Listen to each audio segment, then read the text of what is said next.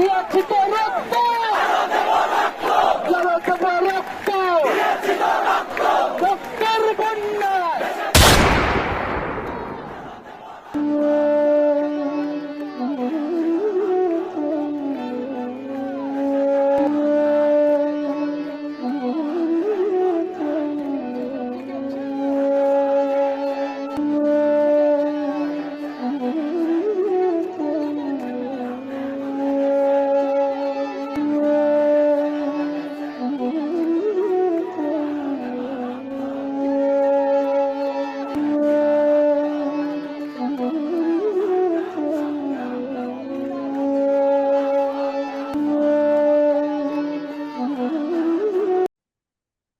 আমি সুরিতা, আপনাদের সামনে একটু চলে এলাম আমার বইটা নিয়ে কথা বলার জন্য, যেটা এবছর প্রকাশ হয়েছে ঘাসফুল প্রকাশনী থেকে।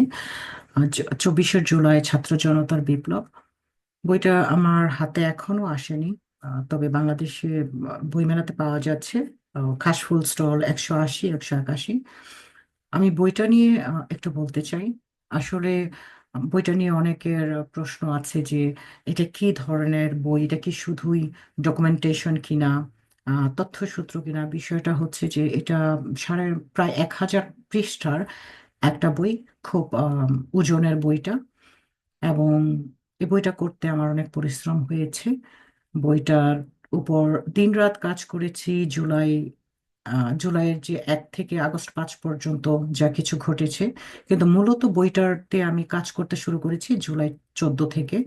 এবং সর্বশেষ আমার কাজের সমাপ্তি দিয়েছি আমি এই মাসে ফেব্রুয়ারির 13 তারিখ। তারপরে বইটা স্টলে এসেছে 20 তারিখে। তো বইটাতে যেটা আছে আমার এখনো হাতে আসেনি। অনেকেই নিয়েছেন মেলা থেকে, বইমেলা থেকে।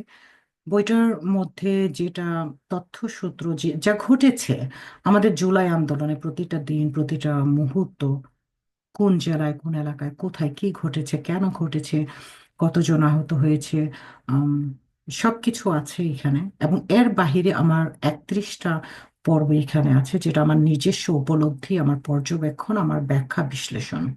কি ঘটেছিল, কেন ঘটেছিল, আম, স্বৈরাচার সরকারের পতন কেন হলো, ছাত্র জনতা, আহ, প্রতিটা বিষয় নিয়ে আমার এখানে 31টা আর্টিকেল আছে, যেগুলা সম্ভবত 350 পৃষ্ঠার উপর।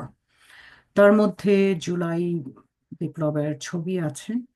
আহ, আমাদের যেই বিভিন্ন তথ্যসূত্র অনুযায়ী ছবিগুলো আছে, আমাদের প্রবাসীরা এই সময়টাতে কি ভূমিকা রেখেছেন তারাও আছেন।